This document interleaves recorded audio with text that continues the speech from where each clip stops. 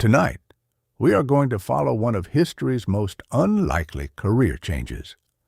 A frightened collection of refugees hiding in wet mud among reeds and mosquitoes somehow turned themselves into the polished merchants, admirals, diplomats, and mildly smug sea lords of Venice. It is the sort of transformation that should not have worked, rather like deciding to build a global financial and naval power in a place that was barely convenient for standing upright. And yet it did work, which is rude to common sense but very satisfying for us. So, settle in, let your shoulders unclench, and let the water of the Venetian lagoon go flat and silver in your mind. And, very quietly, almost apologetically, remember to press sub if you enjoy this kind of sleepy history. No pressure. Venice would probably turn it into a tax eventually. Now, to understand how Venice rose, we have to begin not with triumph, bells, marbled palaces, and elegant gondolas, but with collapse, fear, and mud. Quite a lot of mud. In the later days of the Western Roman Empire, northern Italy was not the peaceful postcard region people imagine when they think of wine, sunlight, and neatly dressed tourists trying not to drop gelato on themselves. It was a frontier of stress. Imperial power was weakening. Armies came and went. Administrative structures still existed, but they were fraying. The old Roman road system and urban network were still there.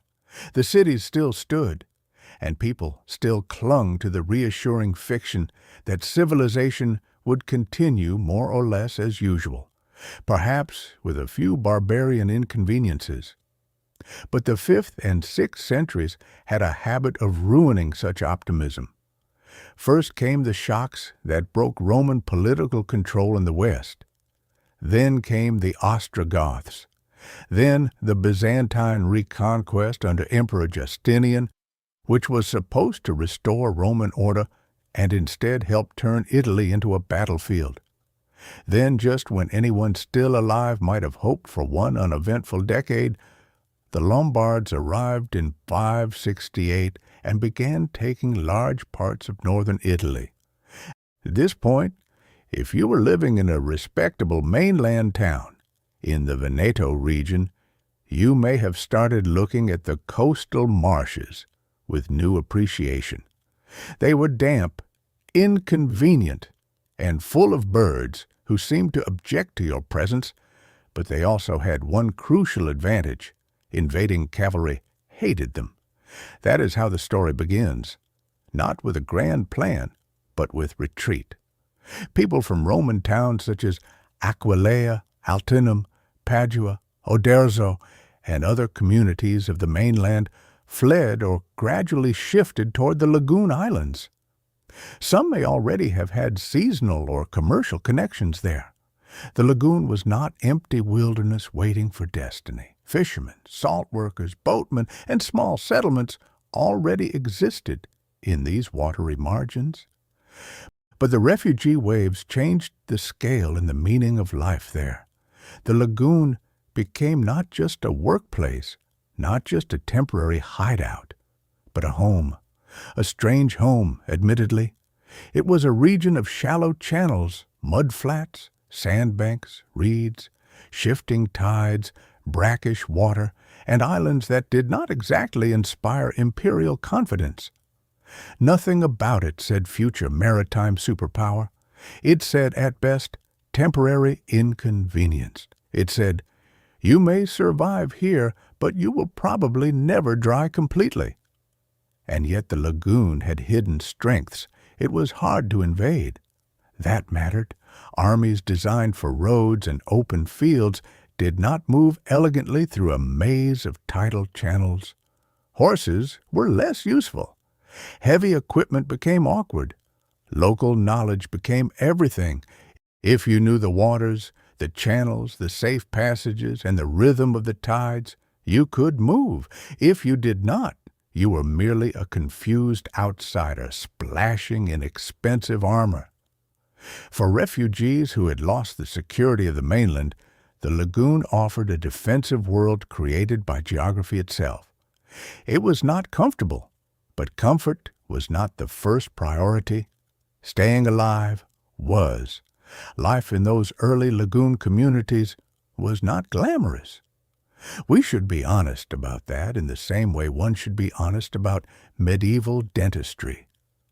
The refugees had not moved into a ready-made city of marble arcades and artistic genius.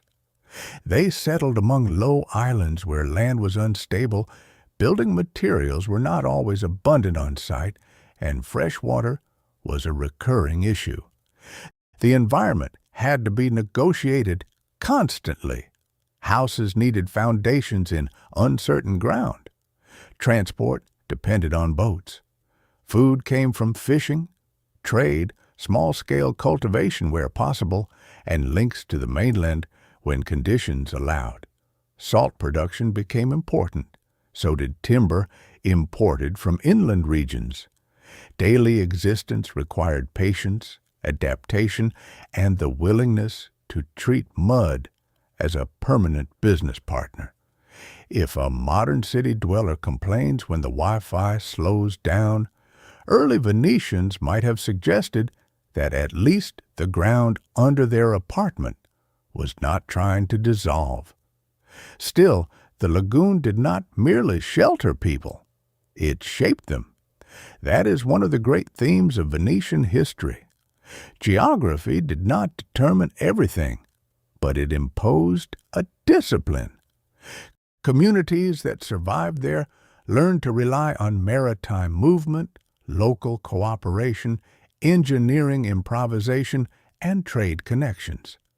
They had to think in terms of water routes rather than roads, harbors rather than gates, vessels rather than carts.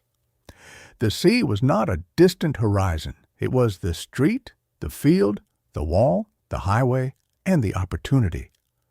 Over time, this produced a society that was neither fully of the mainland nor simply of the open sea, but of the in-between world of lagoon and Adriatic. Venice grew in a place that forced people to become practical, flexible, and slightly obsessed with things floating correctly. At first, the lagoon settlements remained tied to the surviving structures of the Eastern Roman or Byzantine Empire. This is a detail modern retelling sometimes glide past because later Venice became so proudly itself. But in its early centuries, Venice was not born as a clear independent nation-state with a lion flag and an attitude. It developed within the Byzantine sphere. After Justinian's reconquest, parts of Italy remained under imperial control from Constantinople, including coastal zones and centers such as Ravenna. The lagoon communities fell under this wider Byzantine political and military world. Imperial officials, military commands, church structures, and legal traditions all mattered. Even the title of Doge, later so iconic and Venetian, derived from the Latin dux, meaning leader, connected to Roman and Byzantine administrative language. Venice's beginnings were messy, local, and adaptive, but they were not isolated. The city was learning from empire even while empire was struggling to hold itself together. This Byzantine connection turned out to be immensely valuable. Constantinople was one of the great cities of the medieval world, fabulously wealthy by contemporary standards, a center of administration, craftsmanship, diplomacy, and trade. To be linked to that world was to be connected to systems of exchange and political legitimacy much larger than the scattered lagoon communities themselves.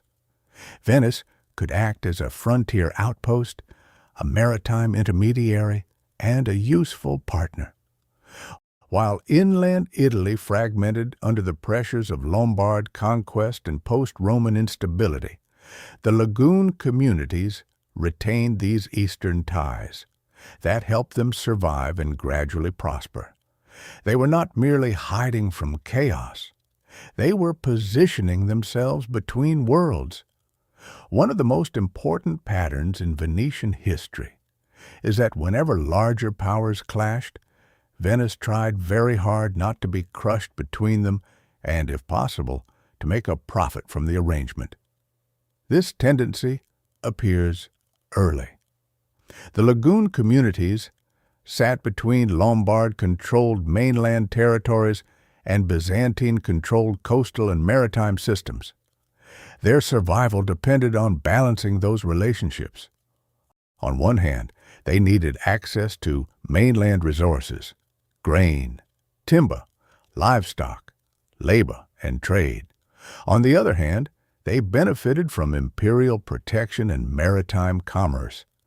They could not simply retreat into a self-sufficient swamp and call it a day. They had to mediate, bargain, transport, and adapt.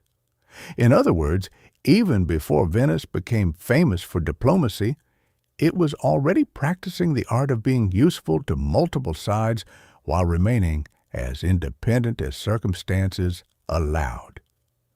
This would later become one of the city's most refined talents, almost a civic hobby. As the 7th and 8th centuries unfolded, the lagoon settlements became more organized. The traditional date of 697 is sometimes given for the election of the first Doge, though historians are cautious about taking later Venetian traditions entirely at face value. Venice loved history, but it loved dignified origin stories even more. Still, some form of increasingly coordinated leadership did emerge. The scattered communities needed governance, especially for defense, taxation, justice, and trade regulation. Over time, political authority centered more clearly in the lagoon rather than being imposed directly from outside. This did not mean immediate independence from Byzantium, but it did mean growing local coherence. Venice was becoming a polity, not just a refuge. Political development in Venice was never as simple as one heroic founder leading everyone into glory while inspirational music swelled in the background. It was more collective, more contested, and much more administrative. Power shifted among families, islands, clerical institutions, and political factions. The early seat of leadership moved, and different centers within the lagoon competed for prominence. One significant turning point came with the rise of Rialto, the cluster of islands that would become the urban and symbolic core of Venice. Rialto offered advantages of defensibility and access. In 810, when the Frankish king Pepin, son of Charlemagne, attacked the lagoon during broader struggles between the Franks and Byzantines, the Venetians successfully resisted. Their knowledge of the lagoon and naval mobility mattered. The survival of the community under this pressure reinforced the importance of the lagoon's central islands. Soon after, the seat of ducal power settled more firmly at Rialto. Future Venice was beginning to gather itself. That Frankish episode deserves a moment because it highlights a larger truth. Venice survived not because it was stronger than everyone else in direct confrontation, but because its environment and habits made it hard to conquer. A mainland power could be rich, organized, and militarily formidable, yet still find the lagoon maddening.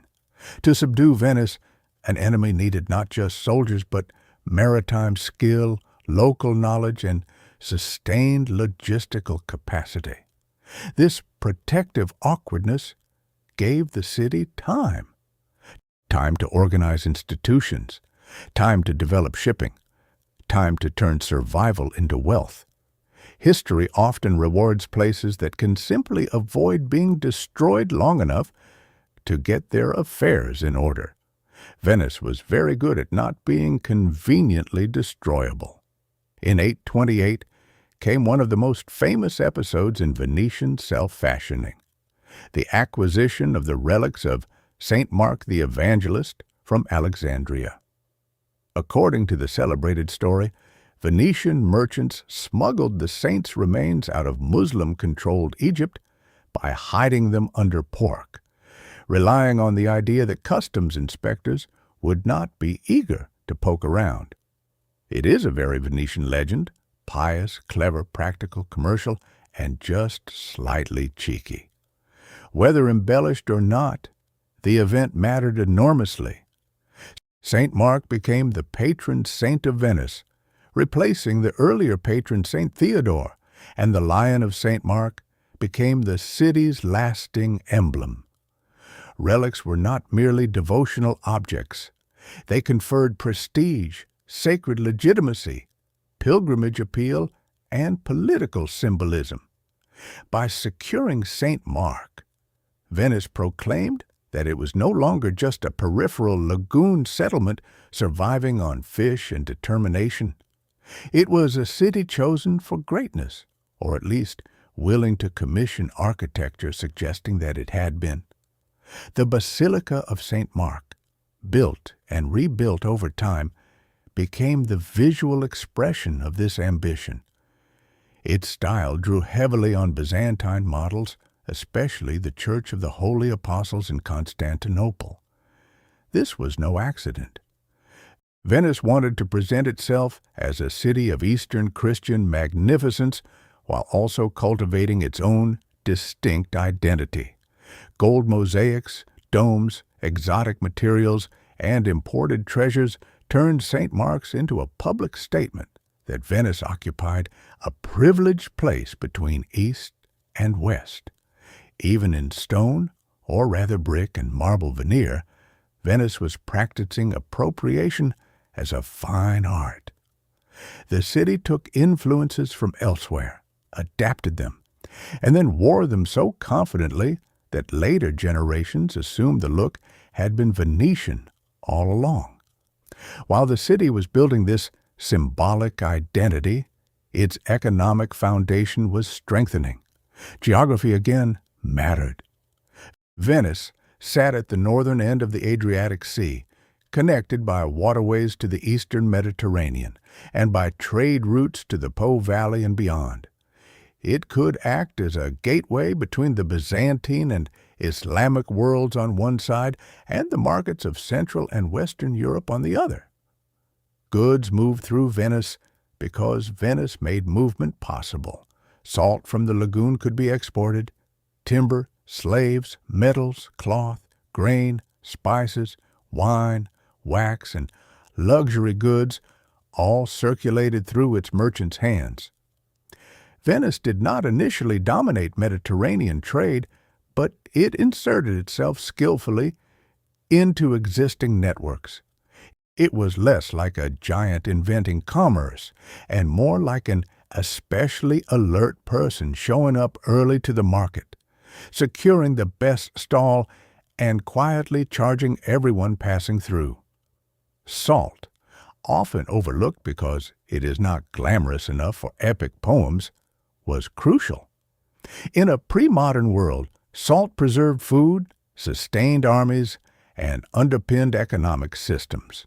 Control of salt production and trade could be a serious source of wealth and leverage. The lagoon environment was suited to salt works, and the Venetians understood how to profit from that.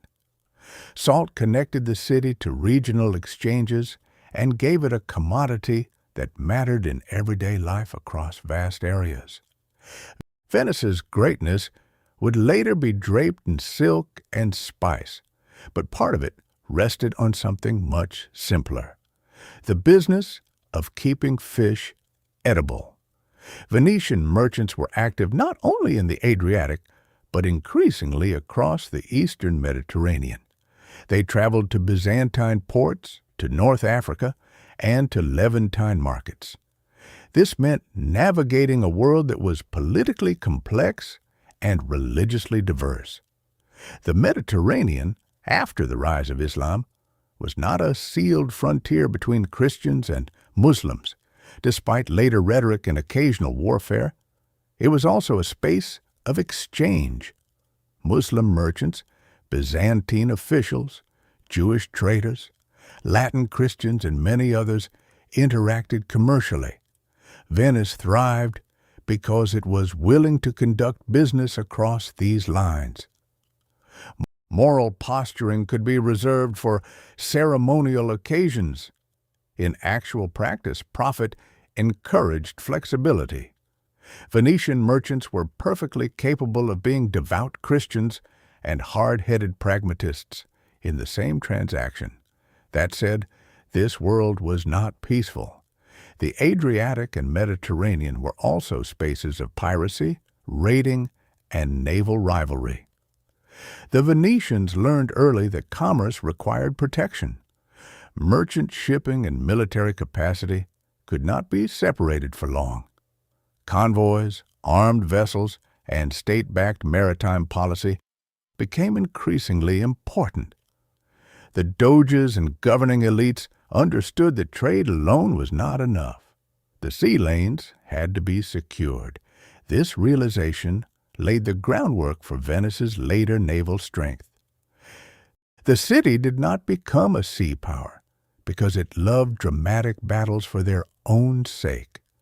It became one because merchants do not enjoy being robbed, and insurance premiums were not yet a comforting modern spreadsheet.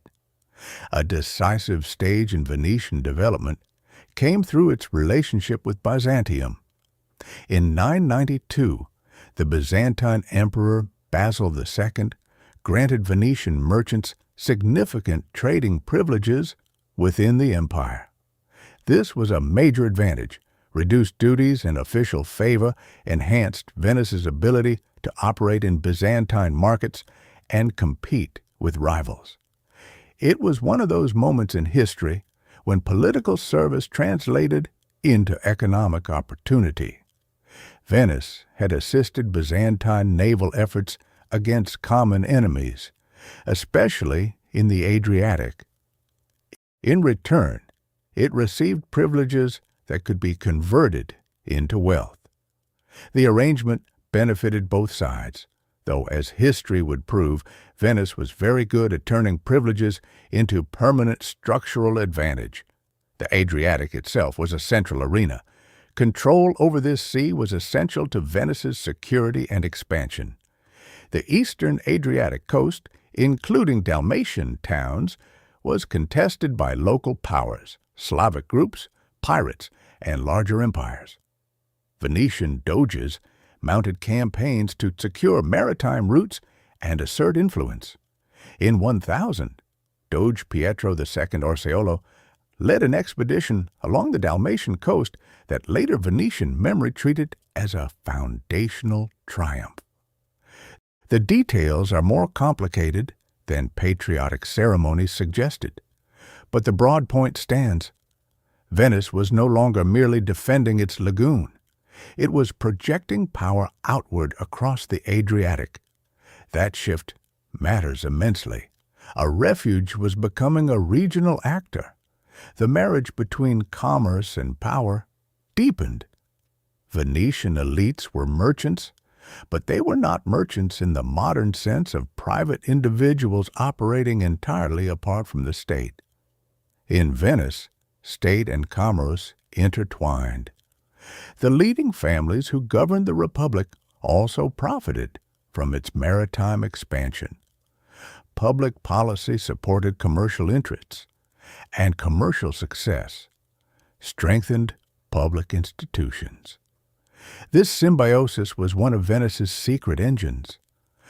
Unlike kingdoms where aristocrats sometimes despised trade as beneath their dignity, Venice developed a ruling class that treated trade as the basis of dignity.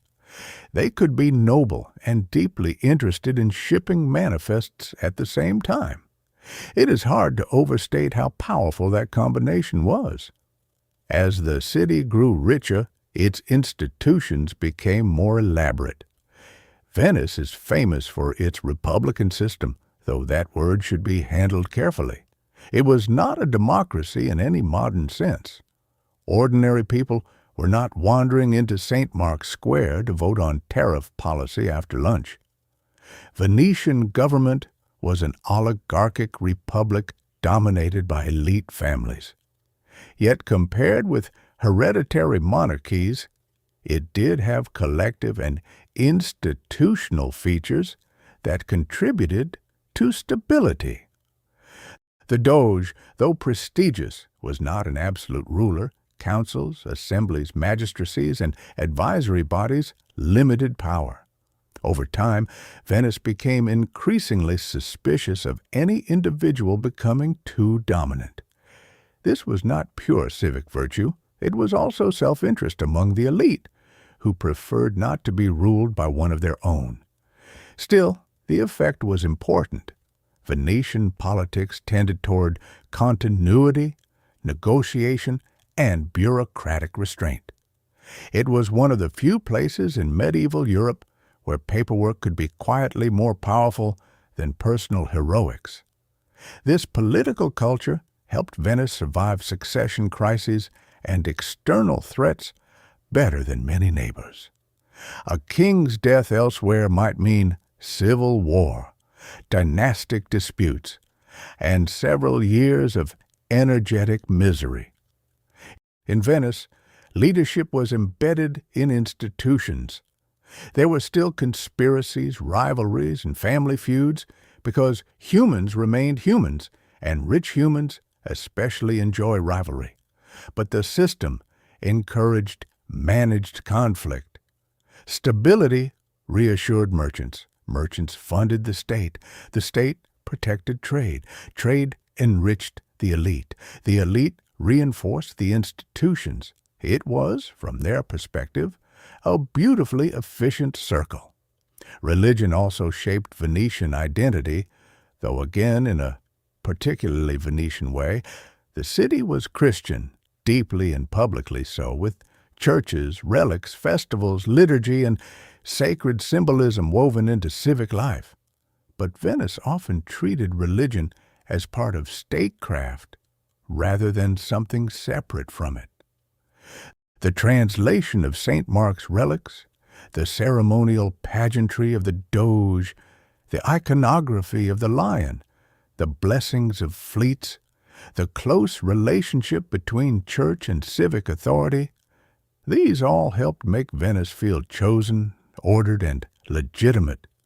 The Republic liked to imagine itself under divine favor, which is a comforting thought when much of your city stands on timber piles in tidal mud. Yet Venice was also careful to guard its own autonomy even against the papacy. It respected religion, but it respected Venetian control over Venetian affairs just a little more. During the 11th century, broader Mediterranean changes created new openings. Population and economic growth in Europe increased demand for Eastern luxuries and raw materials. The Byzantine Empire still offered markets and prestige, though it was entering periods of strain. Islamic powers controlled rich commercial regions with goods Europeans wanted. The Crusades, beginning at the end of the century, would further intensify connections between Western Europe and the Eastern Mediterranean, often violently, always lucratively for someone. Venice was ideally placed to profit from this rearranged world. It had ships, sailors, merchants, political stability, and a culture already comfortable operating across religious and cultural boundaries.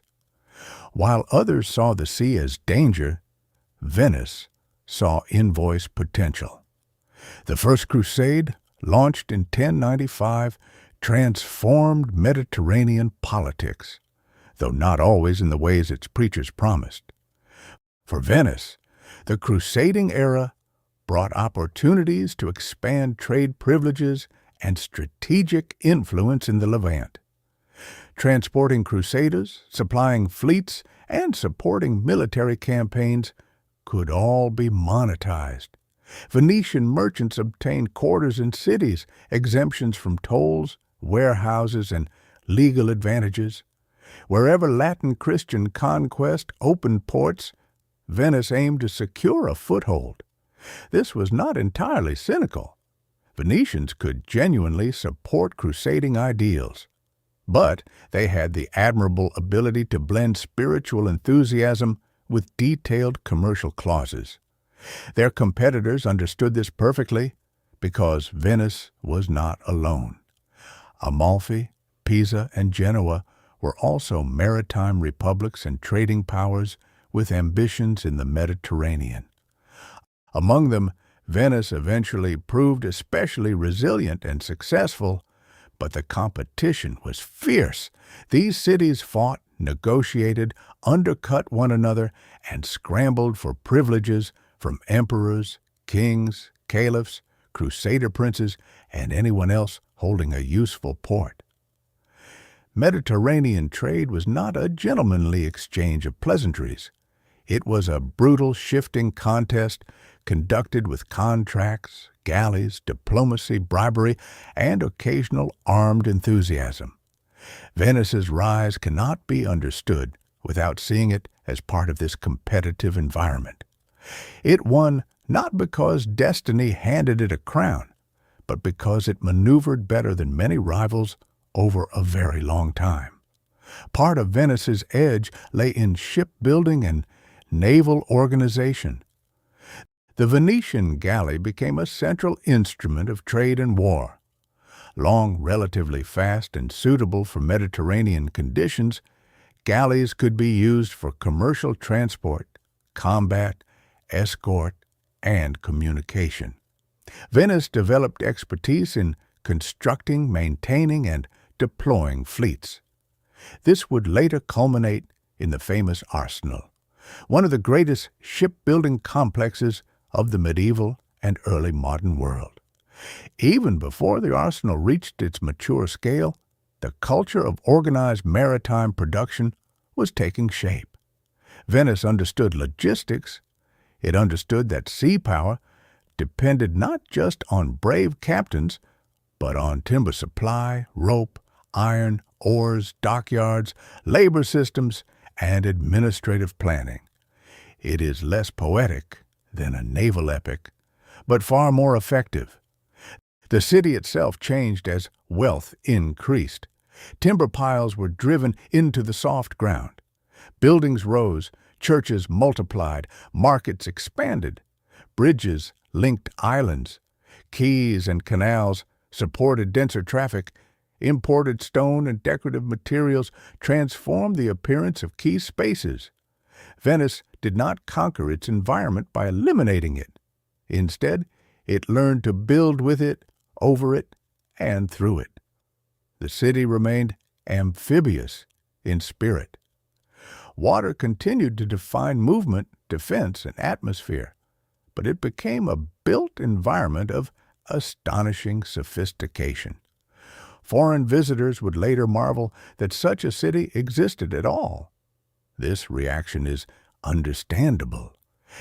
Even now, Venice feels slightly improbable, like a dream someone continued constructing long after waking up should have intervened. Socially, Venice also developed a distinct character. It was urban, commercial, and outward-facing. Noble status increasingly intertwined with service to the state and participation in trade. A rigid hereditary aristocracy would emerge more clearly later, but even early on, leading families gained influence through wealth, office holding, and strategic marriage networks. The city attracted artisans, sailors, clerics, merchants, laborers, and migrants from many regions. It was cosmopolitan by medieval standards. Languages, customs, and goods from different worlds mingled there. Venice's identity was local and proud, but it was nourished by exchange. The city did not seal itself off. It fed on connections. Of course, this wealth rested on labor that was not always gentle or free. Sailors rowed galleys under harsh conditions. Porters hauled cargo. Craftsmen worked long hours. Slavery and slave trading existed within Venetian commerce, as they did widely in the medieval Mediterranean. Captives, servants, and coerced labor formed part of the system. Romantic visions of Venice as pure beauty and refined diplomacy tend to overlook these harder edges. The Republic was successful, but not morally innocent. Few powerful states are. Venice's rise involved resilience and ingenuity, yes, but also exploitation, coercion, and relentless pursuit of advantage. It is still an excellent bedtime story, just not a naive one. The relationship with Byzantium gradually became more complicated as Venetian power increased. At first, the empire had been patron, protector, and gateway, but success changes relationships. A junior partner who becomes wealthy, armed, and strategically indispensable may begin to feel less junior. Likewise, the senior partner may become suspicious. Byzantine emperors valued Venetian naval help and commercial services, but they also worried about conceding too much. Venetian merchants inside the empire could seem useful or parasitic, depending on the day and the customs revenue figures. Meanwhile, Venetian identity itself became more self-conscious. The city still drew from Byzantine culture, but it no longer saw itself merely as an outpost of imperial order. It was becoming something separate, a republic with its own ambitions, symbols, and interests. This tension would sharpen dramatically in the 12th century. One notable crisis came in 1171, when Emperor Manuel I Komnenos ordered the arrest of Venetians in Byzantine territory and confiscation of their property. The exact motives remained debated, but resentment of Venetian privilege was certainly part of it. For Venice, the shock was severe. It revealed the danger of depending too heavily on imperial favor. If your commercial empire rests on privileges, another ruler can revoke. Your prosperity is not entirely your own. The Venetians responded with anger and military preparation, though their expedition fared badly. The episode left scars. Trust between Venice and Byzantium weakened.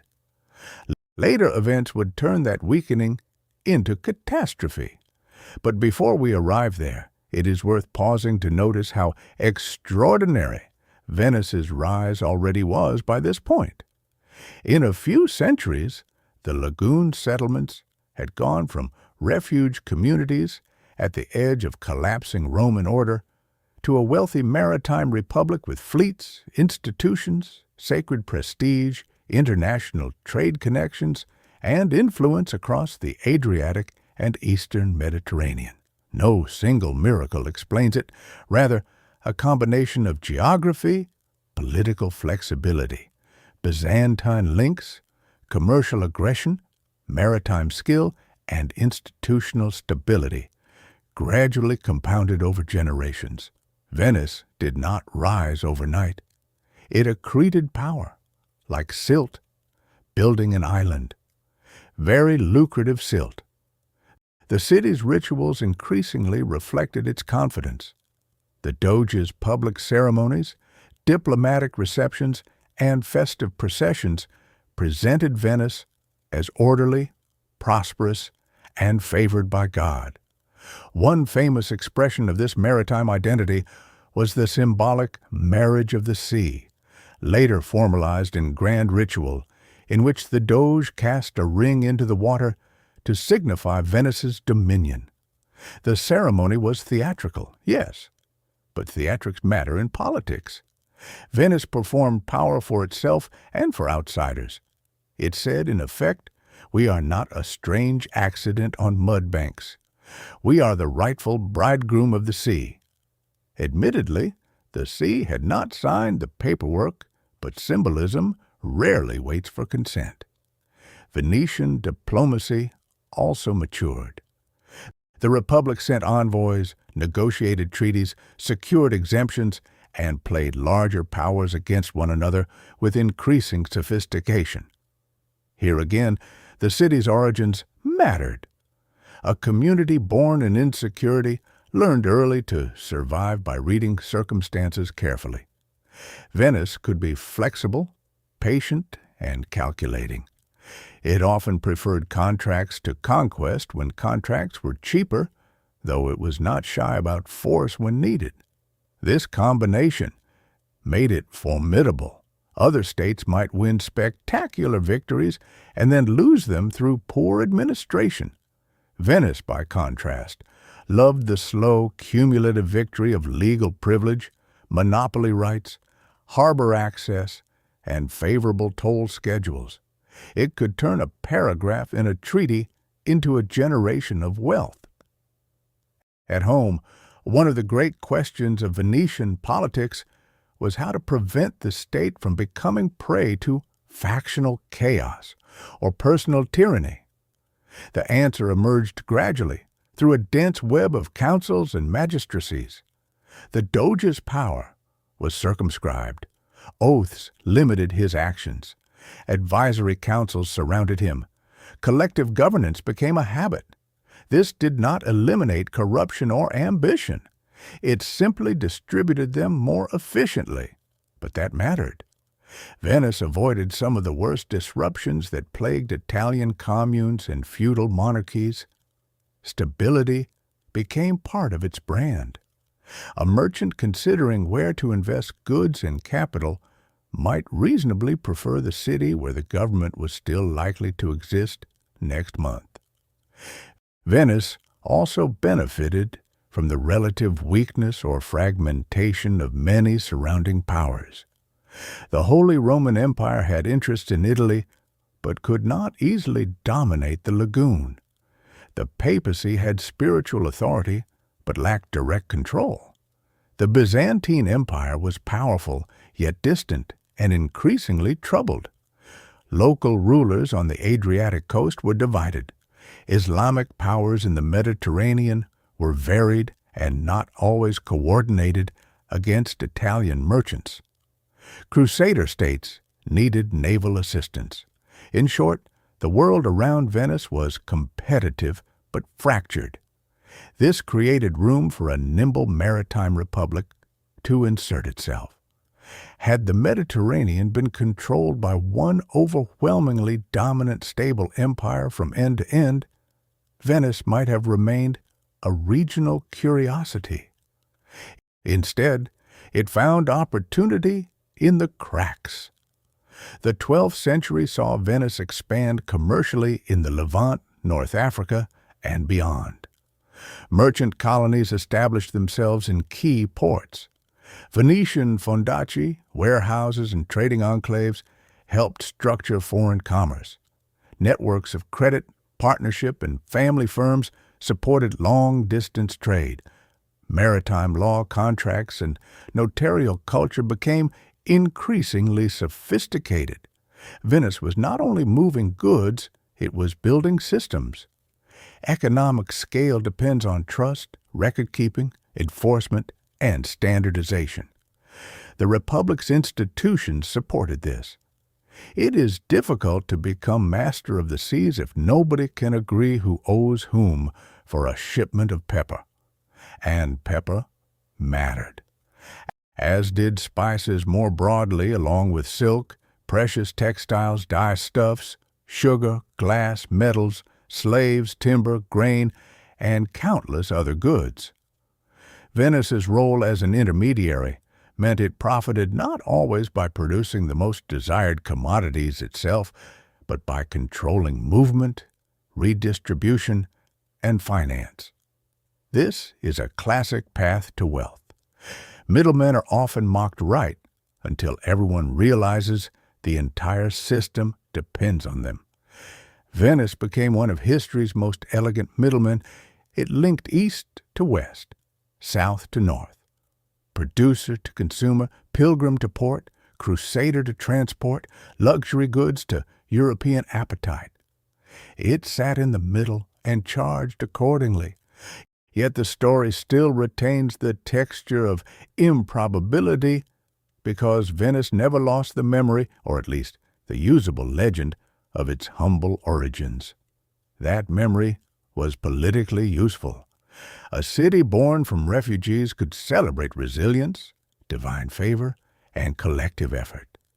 It could imagine itself as self-made, though in truth it had borrowed, traded, and appropriated enthusiastically from many worlds. Still, compared with ancient capitals or feudal dynasties, Venice did feel self-created. It had built power where none should have existed. Even its architecture suggested triumph over impossibility.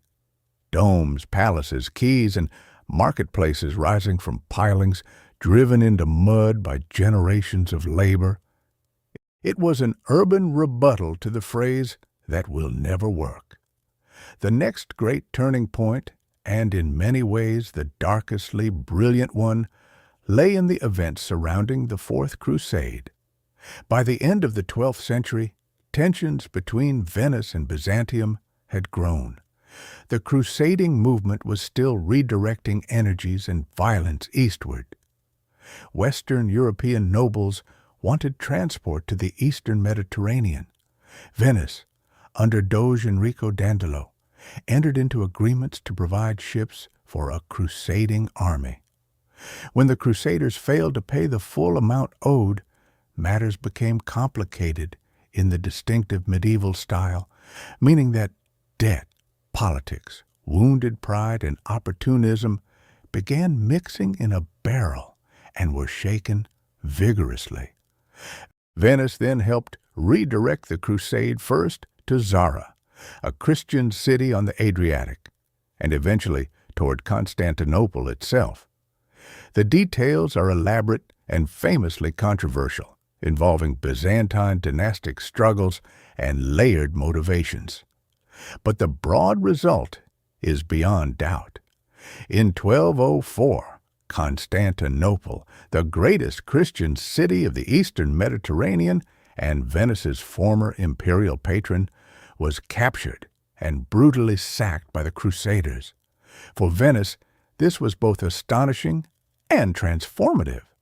A city that had once depended on Byzantine favor now helped tear apart the empire's capital and seized a major share of the spoils. Relics, artworks, treasures, and strategic possessions flowed westward. Venetian influence in former Byzantine territories expanded dramatically.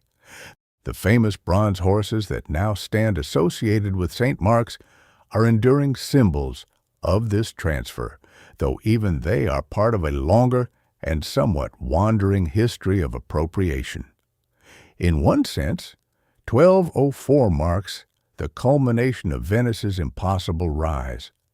The refugees of the lagoon, or rather their descendants in silks and official robes, had become kingmakers and empire breakers of the Mediterranean. In another sense, it marks the beginning of a new phase entirely, where Venice's maritime empire would deepen, its wealth would soar, and its long rivalry with Genoa and others would define centuries to come. But that belongs fully to the second half of our story. For now, let us pause on the threshold. The water is dark around the lagoon. The timber piles are driven deep. The bells of St. Mark's wait above the square.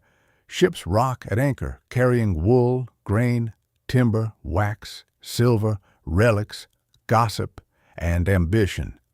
Behind the marble and mosaics lies the memory of marshland refuge, of people who fled stronger enemies and settled where horses could not easily follow. They learned tides, they learned trade, they learned how to be useful, how to bargain, how to build on soft ground without apologizing for it. They took imperial privileges, Adriatic campaigns, saintly relics, merchant networks, and institutional caution, and slowly assembled something no one in those first frightened generations could fully have imagined. Not a hideout, not merely a town, a republic of the sea, And in the next part, we will watch that republic become one of the most brilliant, calculating, beautiful, and occasionally alarming powers of the medieval world, as Venice turns maritime skill into empire and proves that, given enough patience, paperwork, and boats, even mud can become magnificent. The Fourth Crusade did not merely hand Venice a convenient pile of loot and a few attractive souvenirs for St. Mark's. It altered the structure of Mediterranean power in a way that favored the Republic for generations. Venice received commercial privileges, quarters in conquered territories, and control or influence over important ports and islands. Crete became one of the great jewels of its overseas empire. Euboea, parts of the Peloponnese, stations in the Aegean, and rights connected to Constantinople itself extended Venetian reach deep into the eastern Mediterranean. The Republic had once lived under Byzantine protection. Now it fed on Byzantine dismemberment with the careful manners of a state that preferred to call such behavior opportunity. In the cold language of strategy, Venice had achieved something astonishing. It had turned a crusading transport contract, unpaid invoices, dynastic intrigue, and general medieval confusion into maritime empire. Not many cities have managed that. Fewer still have made it look ceremonial. From this point onward, Venice was no longer simply a successful trading city.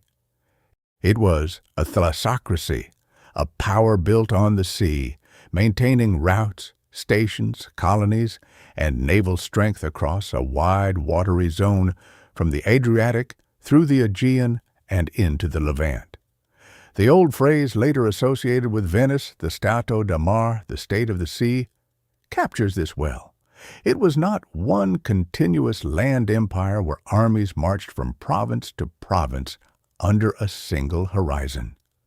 It was a chain of maritime points, islands, ports, fortified harbors, commercial enclaves, and administrative footholds. Venice governed by holding hinges and choke points. It liked gateways.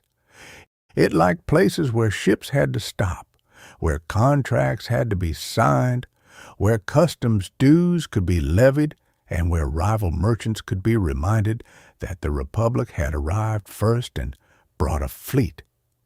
This was empire in a distinctly Venetian style, less a solid block than a net thrown over the sea. Crete is a particularly revealing example. Seized in the aftermath of the Fourth Crusade, it gave Venice a crucial base on the route toward the eastern Mediterranean. Grain, wine, sugar, wax, and strategic anchorage all mattered there. The island did not simply decorate Venetian maps. It sustained the Republic's maritime system. Yet Venice's rule overseas was not always serene. Colonial governance involved military control, settler elites, local resistance, tax extraction, and the sometimes awkward attempt to make distant places behave according to metropolitan needs.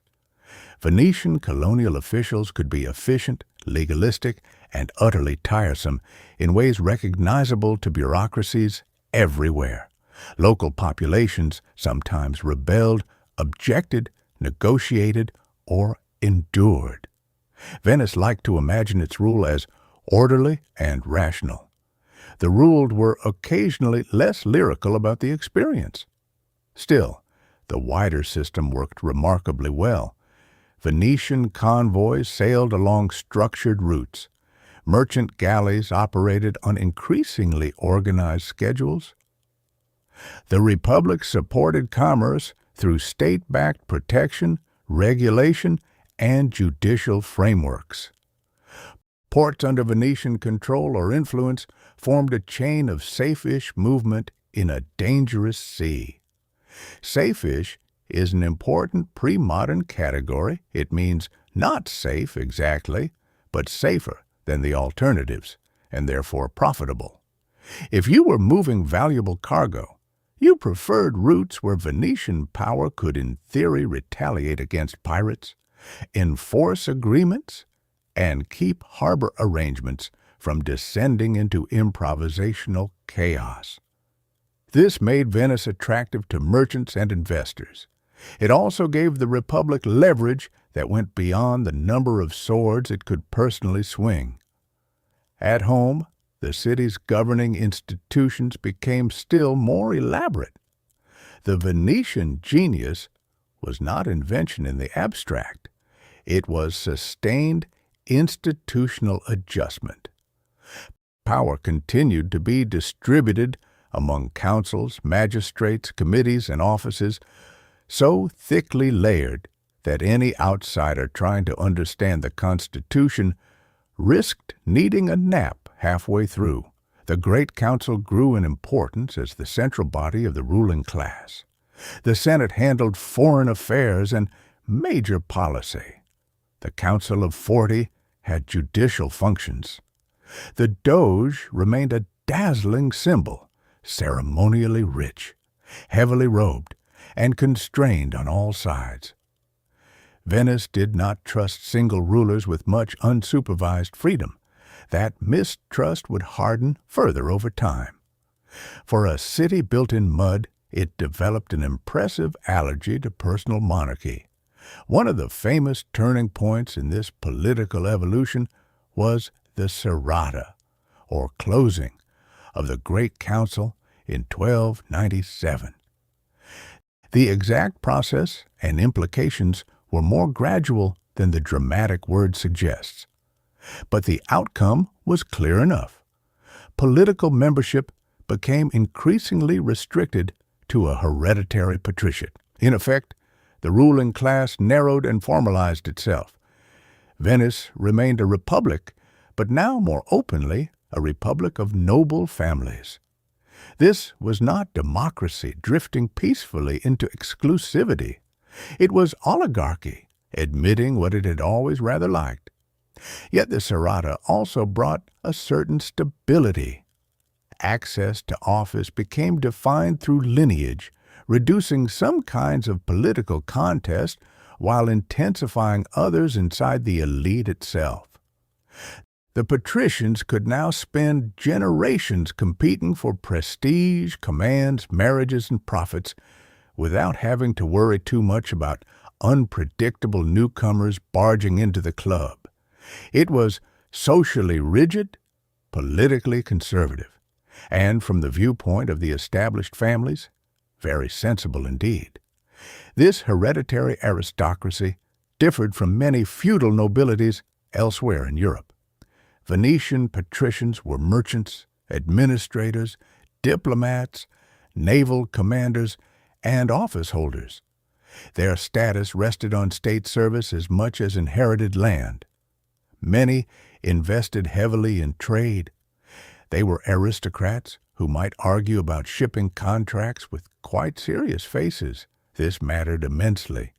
In other kingdoms, noble disdain for commerce could split political and economic power.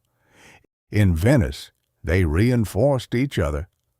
The same families who governed the Republic often had direct stakes in its convoys, taxes, colonial routes, and diplomatic privileges. The system had obvious opportunities for self-interest because it was almost entirely made of self-interest arranged into public form.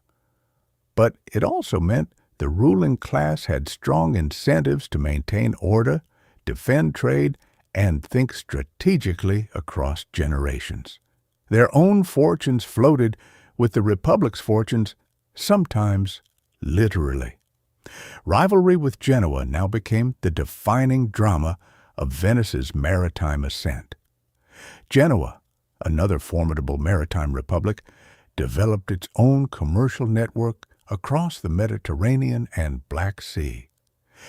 It, too, built colonies, negotiated privileges, transported crusaders, financed ventures, and combined commerce with naval aggression. Where Venice leaned heavily toward the eastern Mediterranean and Adriatic system, Genoa proved especially strong in the western Mediterranean and later in the Black Sea world. Their interests overlapped often enough to make long periods of enmity unavoidable. This rivalry was not a single clean war with a poetic conclusion. It was a prolonged sequence of conflicts, treaties, naval battles, betrayals, recoveries, and renewed hostility. To say Venice and Genoa disliked each other is rather like saying storms are somewhat damp. The first major war between them broke out in the mid-13th century, and more followed. One especially famous episode came with the War of Chioggia, from 1378 to 1381, though by then the rivalry had been simmering and flaring for generations. Before reaching that crisis, it helps to understand why these two republics were such natural enemies. Both depended on maritime trade, both sought privileges in eastern ports. Both needed convoys, colonies, naval prestige, and access to profitable routes. Both cultivated flexible diplomacy and hard bargaining. Neither had much reason to trust the other. In a sea crowded with cargoes of silk, spice, grain, alum, slaves, and silver, every commercial advantage won by one seemed a theft from the other. They were too similar to coexist peacefully for long. The struggle after the restoration of Byzantine rule in Constantinople in 1261 sharpened this competition. When the Byzantine Empire was partially revived under Michael VIII, Palaiologos, Genoa secured major privileges through the Treaty of Nymphaeum. That threatened Venetian dominance in the eastern Mediterranean and in the revived imperial capital. Venice suddenly found that the world it had helped create after 1204 could shift underneath it. Maritime powers do not like unstable privileges. They prefer stable privileges ideally written by themselves. So rivalry resumed with intensity. Naval clashes took place in the Aegean, the Adriatic, and beyond. Merchant fleets became military fleets in inconveniently short order.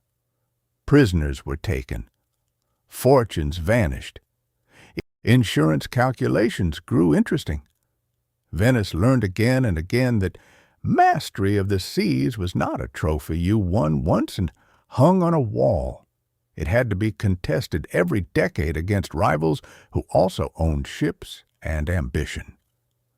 The War of Chioggia is worth lingering over because it shows how close Venice came to ruin and how fiercely it recovered.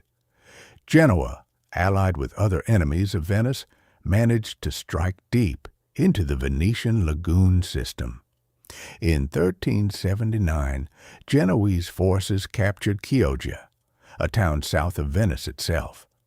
This was not some distant colony or minor embarrassment. It was a direct threat to the Republic's survival. For a moment, the seemingly invincible sea power looked vulnerable in its own backyard. Panic spread. Finances strained. The enemy had entered the waters that were supposed to be Venice's natural shield. The old comfort of lagoon defense suddenly looked less comforting, yet Venice responded with astonishing determination. Citizens and patricians alike contributed resources. The fleet was rebuilt and reorganized. Under commanders such as Vera Pisani, and with the relentless resolve of Doge Andrea Contarini, the Venetians trapped the Genoese at Chioggia and eventually forced surrender. The war ended with Venice battered but alive, and Genoa's long ability to challenge it decisively was broken. The significance of Chioggia goes beyond patriotic drama. It demonstrated several persistent Venetian strengths: communal mobilization in crisis, institutional flexibility, financial resilience, and refusal to accept final defeat while options remained. Venice was not the largest land power in Europe, It could not flood continents with cavalry, but when survival required coordination between government, fleet, money, and civic will, it often performed superbly. The victory also reinforced the myth of Venice as a chosen, enduring republic, a city preserved by its constitution, courage, and saintly protection. Every state tells flattering stories about its own crises. Venice was especially talented at telling them in mosaic. Naval and commercial power required infrastructure, and nowhere was that more spectacularly embodied than in the Venetian arsenal. Although its development was gradual from earlier dockyard traditions, by the late medieval and early modern periods, the arsenal was one of the wonders of Europe. A vast state-controlled shipbuilding and armaments complex capable of producing and outfitting fleets with startling efficiency. Foreign visitors later marveled that ships could seem to emerge there almost like bread from an oven, though admittedly larger and less suitable for breakfast. The arsenal symbolized Venice's ability to turn maritime strength into organized industry. Timber from mainland forests, rope, sailcloth, iron fittings, skilled labor, standardized parts, and administrative oversight all converged there. It was not just a dockyard. It was a military-industrial organism, centuries before anyone would have used such a phrase with a worried expression. The arsenal also reveals something fundamental about Venice's form of state power. The Republic excelled at blending public organization with private expertise. Shipwrights, caulkers, smiths, rope makers, carpenters, scribes, officers, and contractors operated within a framework that served state needs and commercial goals alike. A convoy system could be organized, war galleys could be mobilized, merchant shipping could draw on techniques and resources closely tied to the state.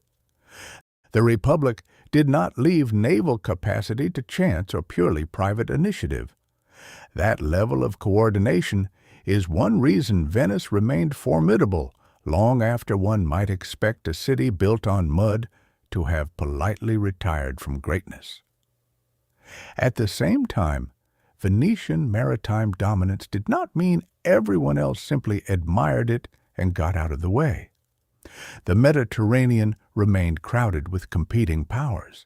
Genoa, Aragon, the Mamluks, the Byzantines, the papacy, various Italian states, local lords in Greece and the Aegean, and eventually the Ottoman Turks rising with calm menace. Venice operated through diplomacy as much as battle, often concluding treaties with Muslim rulers, negotiating access to ports, and adapting to changes with pragmatic speed. This flexibility sometimes made outside observers uneasy. A crusading sermon might denounce infidels in one setting, while Venetian merchants happily arranged commercial privileges in Alexandria or Damascus in another. Venice had a gift for being pious in public and practical at sea. One suspects the merchants slept better that way. The Mamluk Sultanate in Egypt and Syria was especially important, because the Levantine spice trade remained vital to Venetian wealth. Spices from Asia reached the eastern Mediterranean through complex Islamic trading networks before being redistributed westward. Venice did not sail to India in the medieval period. Instead, it inserted itself into the final, profitable stages of long chains that already existed. Pepper, ginger, cinnamon, cloves, nutmeg, and other luxury goods fed European demand, and Venetian merchants became masters of this transfer economy. Their fortunes rose on other people's distances. That made relations with Mamluk rulers crucial. Even when papal policy or crusading rhetoric sought to restrict trade with Muslim powers, enforcement was complicated, and Venetian commercial appetite remained sturdy. Moral outrage is one thing, pepper prices are another. One reason Venice's story is so remarkable is that it managed to remain both local and global. The city was tiny in land area, socially compact, and politically centered on a limited number of families. Yet its horizon stretched from the Po Valley to the Black Sea, from English wool markets to Syrian ports, from alpine timber to Indian spices. Merchants, diplomats, clergy, sailors, and factors connected Venice to worlds far beyond the lagoon. Its notaries recorded deals involving places many Europeans would never see. Its warehouses stored goods from climates its winter fog could scarcely imagine. Its churches displayed spoils and styles from distant lands. Walking through Venice in its prime meant walking through concentrated geography, a marsh-born city stuffed with the world. As Venetian wealth expanded, so did its architecture and artistic culture. The Gothic palaces lining the Grand Canal, the lavish facade treatments, the decorative stonework, the ceremonial spaces of the Piazza San Marco, the paintings and altarpieces of later centuries, all emerged from long accumulations of trade, taxation, patronage, and imported materials. Venice looked rich because it was rich. But its beauty was not only a result of money, it was also shaped by the city's unusual environment. Buildings needed particular forms of foundation. Water reflections altered visual experience. Processions moved by boat as well as on foot. Public life took place in intimate relation with canals, quays, and light off the lagoon. Venice learned to turn physical improbability into aesthetic advantage. Where another city might have treated its environment as a nuisance, Venice made it part of the performance. The performance mattered. Venetian ceremonies were not decorative extras. They reinforced social order, political legitimacy, and civic myth. The annual ritual of the Sensa, the so-called marriage of the sea, celebrated Venice's dominion over the waters. The Doge, aboard the state barge Bucentoro, cast a ring into the Adriatic with solemn words of symbolic union. It was an extraordinary spectacle of power, piety, theater, and self-confidence. The Republic was effectively saying, not only do we survive on the sea, we are married to it, and we brought jewelry. Ritual, of course, does not make domination real by itself, but it helps persuade subjects, allies, rivals, and above all the rulers themselves that their position is natural, sacred, and enduring. States live partly on belief. Venice was excellent at staging belief with gold trim. Meanwhile, the Republic's intelligence and diplomatic systems became unusually sophisticated. Venice sent ambassadors widely and expected regular written reports. These dispatches offered detailed observations about foreign courts, military developments, economic conditions, and personalities. Over time, Venetian diplomatic reporting became famous for its thoroughness. Information was power, and the Republic cultivated it systematically. It also built internal security mechanisms. The Council of Ten, established after a failed conspiracy in 1310, grew into one of the most powerful bodies of the state, overseeing matters of security, intelligence, and political stability. Venice liked orderly government, and it liked threats to that order even less. The Council of Ten gained a reputation for secrecy and sternness. It was not a committee one hoped to join casually for the refreshments. This internal vigilance formed part of a broader Venetian obsession, preventing faction from turning the Republic into the kind of unstable Italian polity that made merchants nervous. Renaissance Italy was full of dazzling cities and alarming levels of conspiracy. Venice wanted the dazzling part without the routine stabbing. So it cultivated surveillance, legal restraint, controlled office rotation, and institutional balance. Ambitious individuals could rise, but only within the mesh of offices. Even the Doge, who looked wonderfully sovereign in portraits, was surrounded by restrictions. He could not correspond freely, could not travel without permission, could not act alone in many matters. And after death, his conduct could even be reviewed by inquisitors. Few positions in history have combined so much ceremony with so little opportunity to improvise. Yet Venice was not only an overseas power. From the late 14th and especially the 15th century onward, it began acquiring significant territories on the Italian mainland, the terra firma. At first glance, this seems almost like betrayal of its own watery soul. Why would a sea republic bother with muddy inland provinces full of fortresses, tax registers, and peasants who stubbornly failed to appreciate maritime symbolism? The answer was strategic necessity.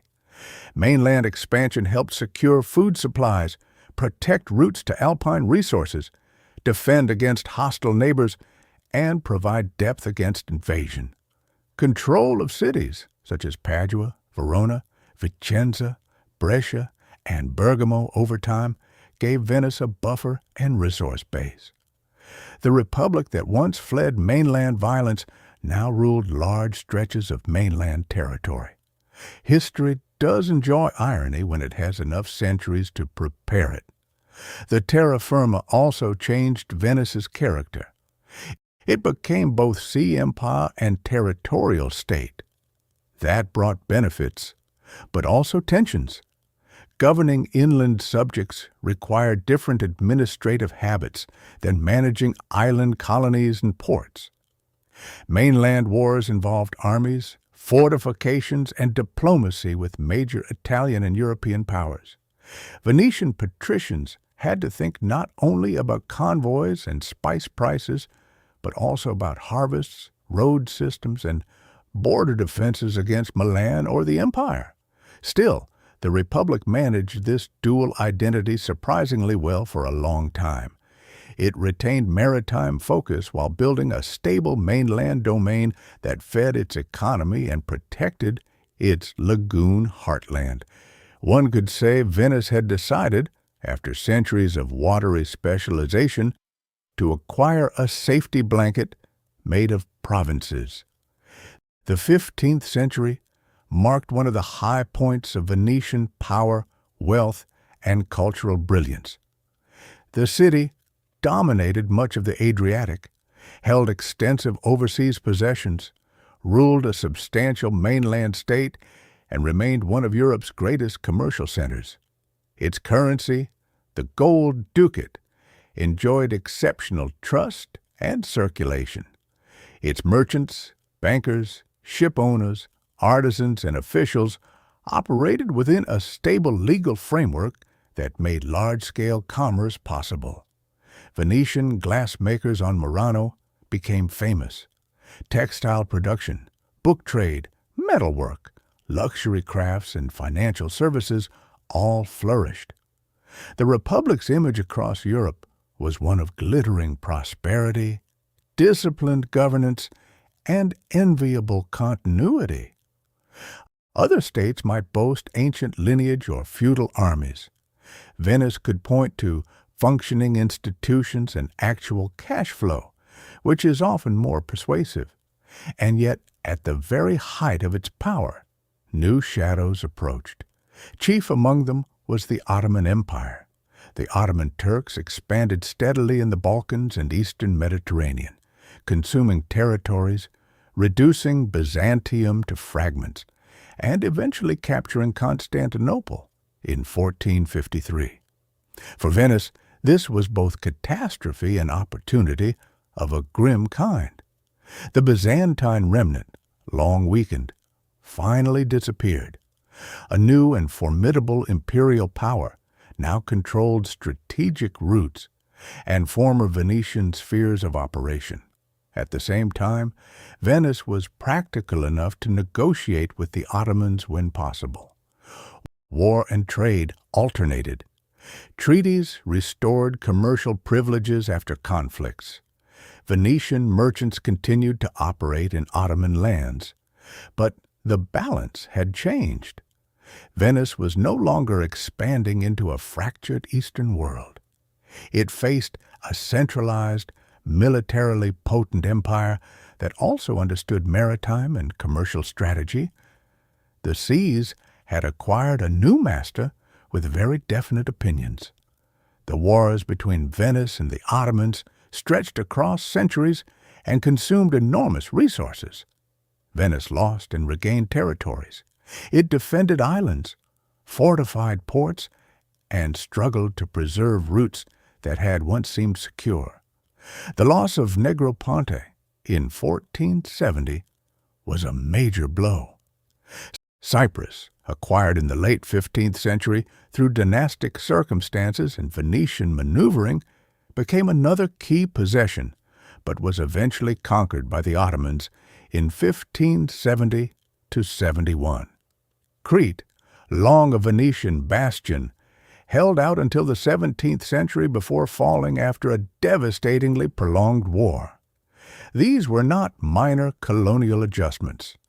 They represented the gradual erosion of Venice's Eastern Empire under the pressure of a rival capable of sustained military projection. The Republic remained skilled, wealthy, and stubborn, but the strategic tide was shifting. The Battle of Lepanto in 1571 often appears in popular memory as a triumphant turning point for Christian Europe, and Venice played a crucial role in the Holy League fleet that defeated the Ottomans there. The battle mattered symbolically and psychologically, and it was indeed a major naval victory. Yet it did not reverse the long-term strategic balance in the Eastern Mediterranean in any simple way. Cyprus was lost. Ottoman power endured. Venice continued to negotiate, trade, and fight as circumstances required. Lepanto was glorious, loud, and well-suited to paintings. History, however, is often decided by logistics, taxation, attrition, and geopolitics that are much less photogenic.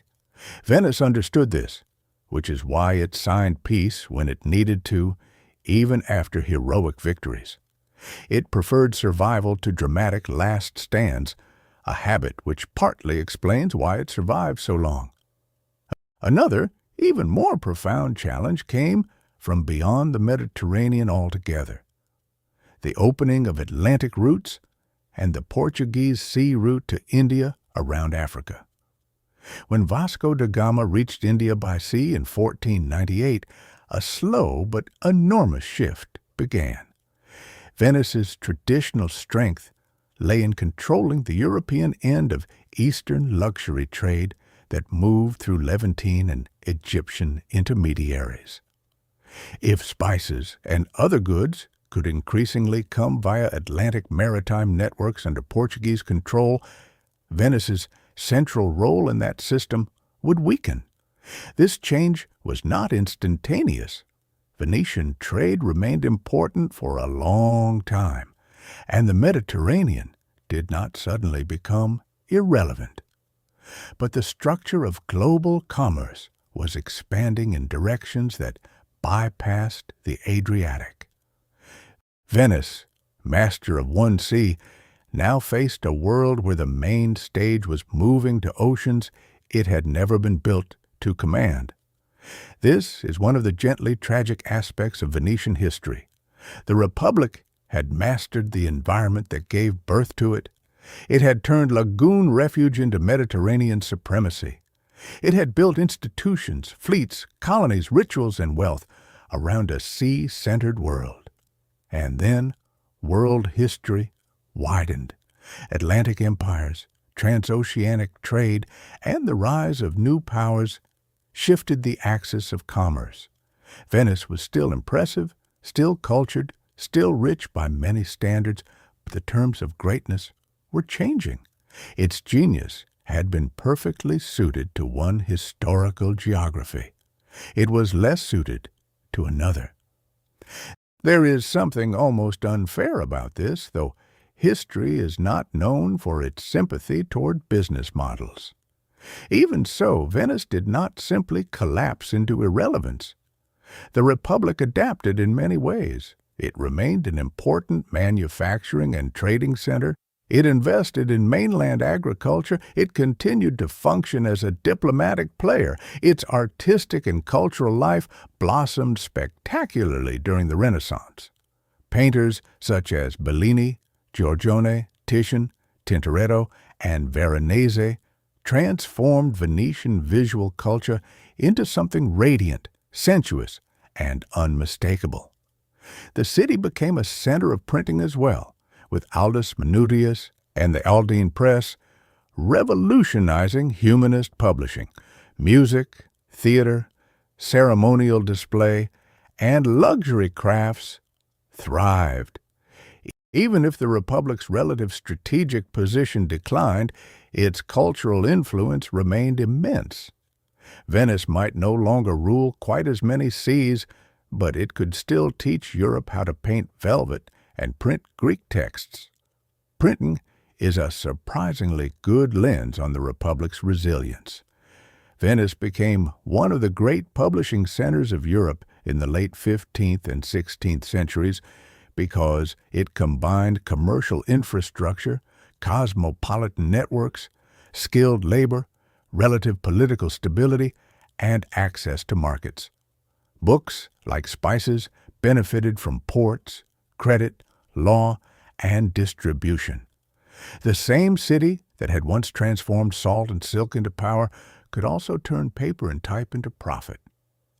Its presses disseminated classical texts, devotional works, maps, legal manuals, and vernacular literature across the continent. The lagoon had become not only a warehouse of goods, but a warehouse of ideas.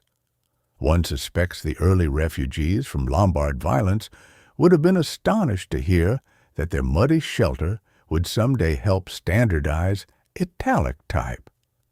Daily life in Venice during its mature centuries was as varied and layered as in any major urban center, though always marked by the city's peculiar environment. Nobles lived in palaces overlooking canals, but those palaces rested on piles driven into soft ground and depended on supplies hauled through watery streets. Artisans worked in specialized districts. Fishermen still harvested the lagoon. Gondoliers moved people and goods. Sailors came and went from the arsenal and merchant fleets. Foreign merchants occupied fondacci and quarters with their own customs, languages, and regulations. Jews, after 1516, were restricted to the ghetto, yet remained vital to the city's economic and social life. Prostitutes, priests, patricians, pilgrims, printers, courtesans, clerks, and laborers all moved through the same shimmering urban fabric. Venice looked like a fantasy from a distance. Up close, it smelled more like a functioning city, which is to say of trade, humanity, and canal water occasionally expressing itself. The Venetian patriciate, for all its grandeur, also lived under peculiar pressures. Noble families needed wealth to sustain status, marriages, offices, and public display. Commercial risk, dowries, political competition, and demographic fluctuation could strengthen some houses and ruin others. Because the ruling class was closed, noble identity mattered intensely.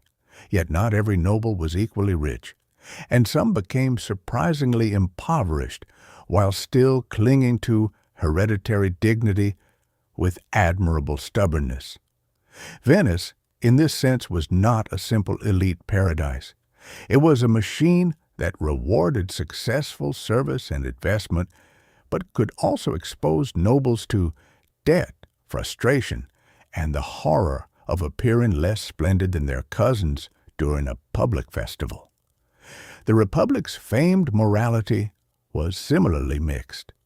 Venetian officials liked to present the state as orderly, just, pious, and rational. Sometimes it was.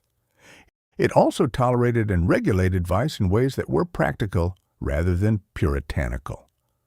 Courtesans became notable figures in the city's social world. Gambling, sexual commerce, carnival inversions, masked encounters, and theatrical pleasures all formed part of Venetian culture. Carnival especially turned the city into a stage where hierarchy could be disguised without truly disappearing.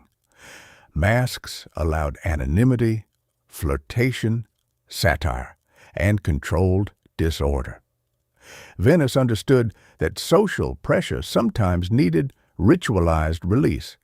If a republic is going to be ruled by committees and hereditary patricians, it may as well occasionally allow everyone to wear masks and behave with decorative irresponsibility.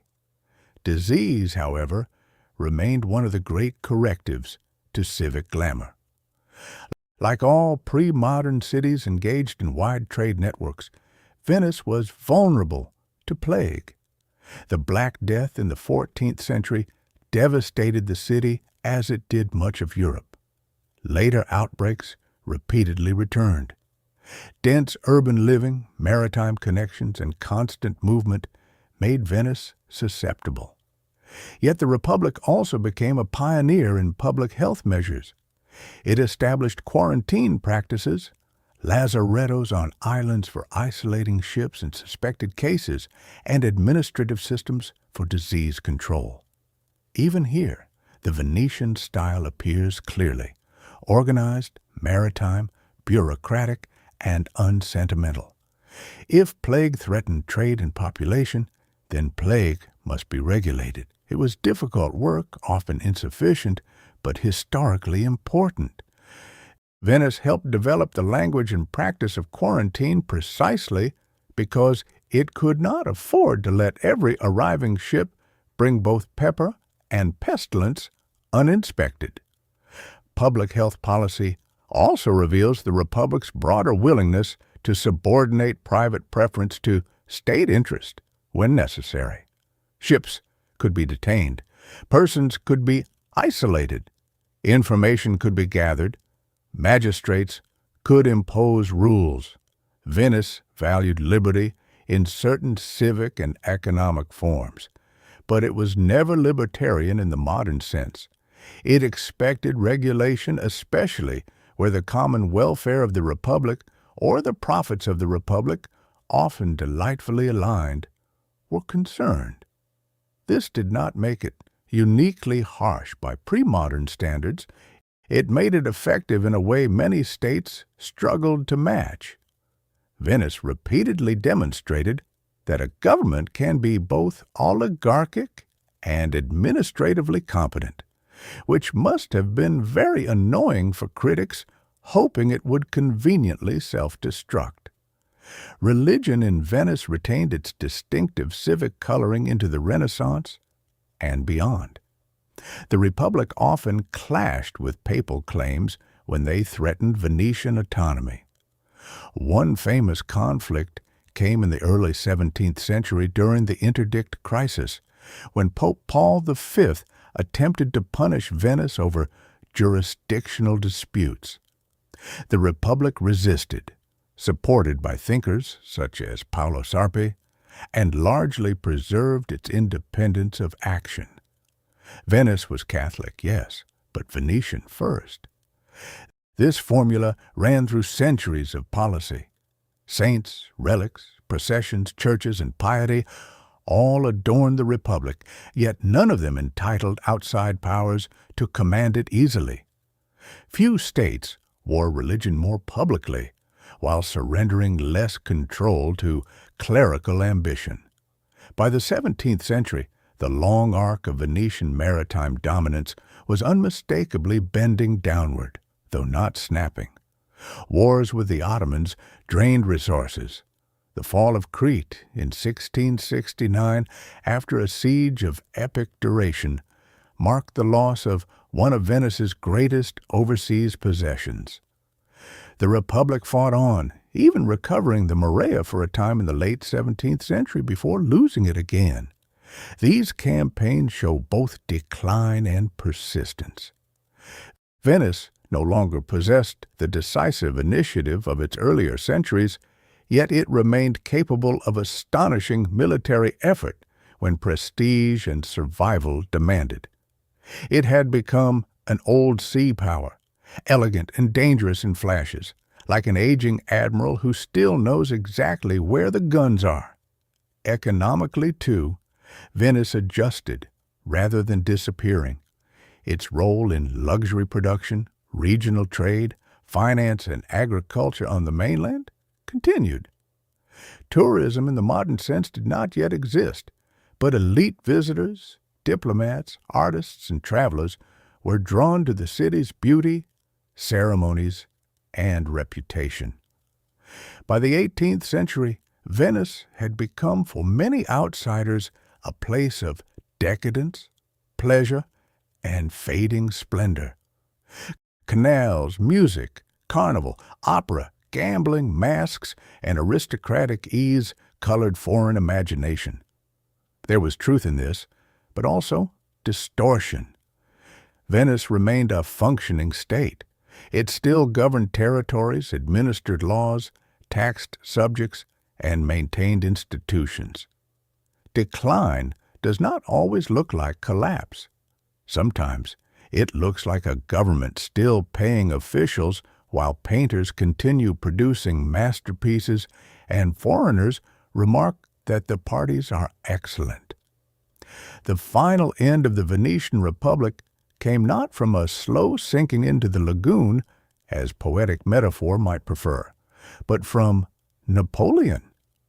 In 1797, during the upheavals of the French Revolutionary Wars, the ancient republic, unable to resist the military and geopolitical pressures of the age, surrendered. The last Doge, Ludovico Manin, abdicated. Soon Venice was handed over to Austria under the Treaty of Campo Formio. A political system that had lasted for roughly 1,000 years came to an end with startling abruptness. The republic that had survived Lombards, Franks, Genoese, emperors, popes, crusades, plagues, and Ottoman wars finally fell before the age of mass continental armies and revolutionary statecraft. The sea-born oligarchy could manage treaties, convoys, and councils magnificently. It was less prepared for Napoleon arriving with modern force and very little reverence for antique constitutional charm. And yet, even after the Republic died, the achievement remained. That is the part worth lingering over in the dark, quiet mood of this story. Venice did something almost absurd. It began as a set of communities clustered in a lagoon because the mainland had become too dangerous. People fled there not because it was ideal, but because it was difficult. Mud, tides, reeds, shallow channels, unstable ground, mosquitoes, and damp inconvenience formed the background.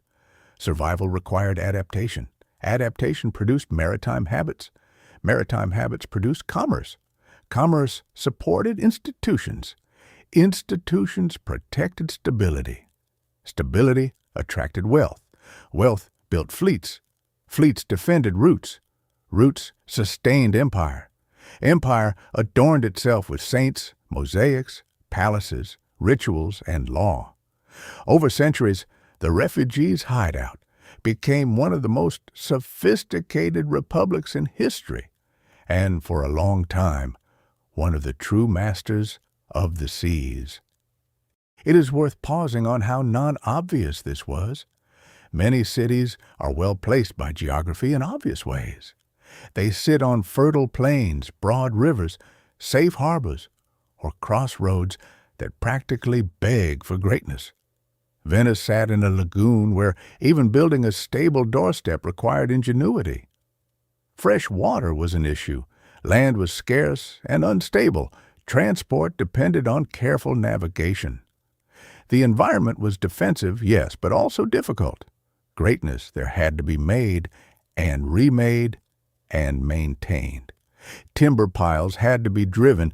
Channels had to be known. Trade had to be cultivated. Institutions had to be stable enough that investors believed in tomorrow. A less disciplined people might have remained an archipelago of modest fishing villages, complaining about the weather. The Venetians chose a different path. They built a global reputation out of inconvenience. Their success also depended on an unusual civic psychology. Venice, for all its magnificence, remained marked by caution. The Republic distrusted sudden concentration of power. It valued continuity, records, procedure, and balance. Its ruling class could be greedy, vain, or ruthless, but it was rarely careless about institutional survival. Venetian politics lacked some of the flamboyant individualism found in princely courts elsewhere. No Venetian equivalent of a Renaissance despot strode dramatically through history, overturning everything by personality alone. Instead, one sees councils, committees, magistrates, elections among the eligible, elaborate constitutional mechanisms, and a ruling elite trained to think in terms of the state's long life. That can sound dull beside the biographies of warrior kings. It was also extraordinarily effective. Venice proves that paperwork, if sufficiently armed, can become majestic. The sea itself shaped Venetian mentality in ways deeper than commerce. Maritime life teaches a kind of realism. Weather changes, routes matter, supplies matter, timing matters, overconfidence kills, reputation counts. So do contracts. A ship may be beautiful, but if it leaks, beauty becomes secondary very quickly. Venice brought this practicality into politics. It could be imaginative in ambition, but sober in execution. It rarely pursued ideological purity when profit and security suggested compromise. It negotiated with Muslims, fought Christians, allied with former enemies, and changed course when required. This adaptability often offended idealists. It also kept the Republic alive. One is tempted to say Venice was cynical, but perhaps that is unfair. It simply understood that the sea does not reward wishful thinking. The city's physical beauty can sometimes obscure the hardness beneath it. Behind every marble palace stood generations of laborers, sailors, rowers, builders, enslaved persons, craftsmen, and clerks. Behind St. Mark's glowing mosaics stood commerce, appropriation, and state propaganda. Behind the romance of gondolas stood a port system, an empire, and a social order that was not designed primarily for equality. The poor of Venice did not necessarily feel they were living inside a masterpiece. The colonies did not always experience Venetian governance as benevolent refinement. The Republic was brilliant, but like most brilliant states, it exacted costs from many, while rewarding the few who learned its rules best. Sleepy history should still be honest history, even when the moonlight on the canal is doing its best to distract us. And yet, honesty also requires admiration. The administrative sophistication of Venice was real. Its diplomatic intelligence was real. Its maritime organization was real. Its ability to survive for centuries between larger and more powerful empires was real. So was the cultural civilization it produced. Architecture suspended between East and West. Paintings drenched in color. Printing houses that spread learning. public rituals of extraordinary theatrical force, urban forms unmatched anywhere else in Europe. Venice was not only successful, it was distinctive. Its rise altered the Mediterranean. Its methods influenced trade, diplomacy, public health, and statecraft. Even in decline, it remained singular enough that generations of outsiders half fell in love with it and then wrote anxious books about decadence. There is also something deeply human in the Venetian story because it begins with fear.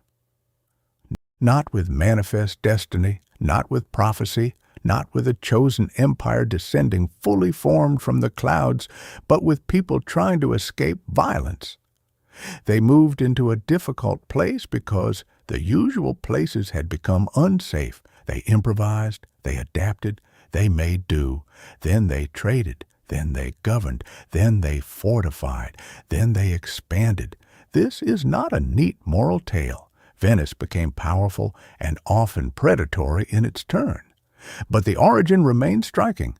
One of the great maritime republics of history began as a refuge. That alone gives its grandeur a slightly different emotional color from hereditary monarchies founded on conquest. Venice conquered plenty later, but first it hid. Perhaps that is why the city was so committed to memory and myth. It needed stories equal to its improbability. Hence St. Mark arriving by providential theft. Hence the marriage to the sea. Hence the lion banner, the ceremonial doge, the sense that Venice was somehow protected and destined despite the plain evidence that it stood in salt water because frightened people once had nowhere better to go. The myths were not false in the simple sense. They translated historical experience into civic meaning. A people who had built magnificence from insecurity wanted to believe magnificence was deserved. This is understandable. Most states, if given the chance, wrap their luck in velvet and call it virtue. If we step back very quietly, the whole arc becomes visible. In the 5th and 6th centuries, the lagoon offered shelter from collapsing imperial order and invasion. In the early Middle Ages, Byzantine ties gave structure, legitimacy, and access to wider trade. Local leadership grew into republican institutions. Maritime commerce expanded across the Adriatic and Levant. St. Mark provided sacred identity. Privileges from emperors and treaties enriched merchants. Naval organization protected convoys. The Fourth Crusade transformed Venice into an imperial sea power. Rivalry with Genoa sharpened its strength. The arsenal industrialized maritime capacity. Mainland acquisition secured resources and buffers. Ottoman expansion and Atlantic routes gradually limited Venetian supremacy. Yet the city endured, glorious and stubborn, until modern geopolitics finally dissolved the ancient republic. It is one of the cleanest examples in history of long-term compounding. Mud became money. Money became fleets. Fleets became empire. Empire became culture. And culture became immortality of a sort. That immortality is still visible, though the republic is gone. The canals remain. St. Mark's still glows. The palaces still face the water with that peculiar Venetian confidence, as if soft ground were merely a detail to be managed by competent ancestors. Tourists now arrive instead of spice convoys. And the city's great anxiety is often too many visitors rather than Frankish cavalry or Genoese fleets. This is, on balance, a better problem, though perhaps not to the locals on certain afternoons. But beneath modern Venice, physically and historically, lie the driven piles of earlier centuries, and beneath those piles lies the memory of refuge. The city still floats on its beginning. So when we ask how Venice rose from refugees to masters of the seas, the answer is not magic, though from a distance it can look suspiciously like it. The answer is geography used intelligently, trade pursued relentlessly, institutions built patiently, symbols deployed brilliantly, and risks managed with a mariner's realism. It is the story of people who turned a defensive landscape into an engine of exchange. It is the story of a ruling class that understood commerce could be noble if it was profitable enough. It is the story of a republic that distrusted kings, loved committees, and armed its paperwork with galleys. It is the story of a city that learned the sea's mood so well that for a few breathtaking centuries it seemed less a passenger on history than its pilot.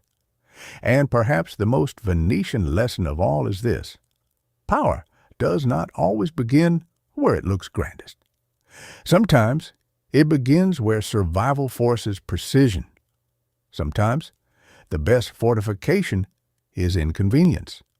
Sometimes the people who win are the ones who learn how to move through difficult water while everyone else is still trying to keep their boots dry.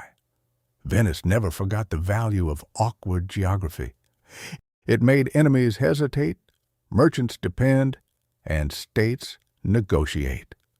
From the reeds and marshes of the lagoon emerged a polity so durable that monarchies came and went, while the doges kept processing beneath the mosaics.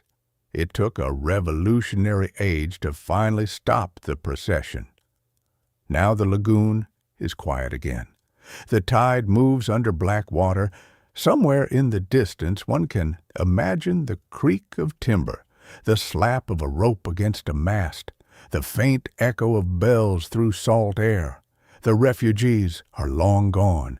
The admirals are long gone. The merchants with their ledgers, the shipwrights of the arsenal, the diplomats writing home from foreign courts, the patricians in crimson sleeves, the rowers pulling at oars in long galleys, the customs clerks counting bales of pepper, the mosaic workers fitting light into gold, the doctors arguing over quarantine, the governors in Crete, the sailors muttering about Genoa, all of them have passed into the same stillness. But the city they made remains improbable as ever, resting on mud and memory, which is really the most Venetian foundation imaginable.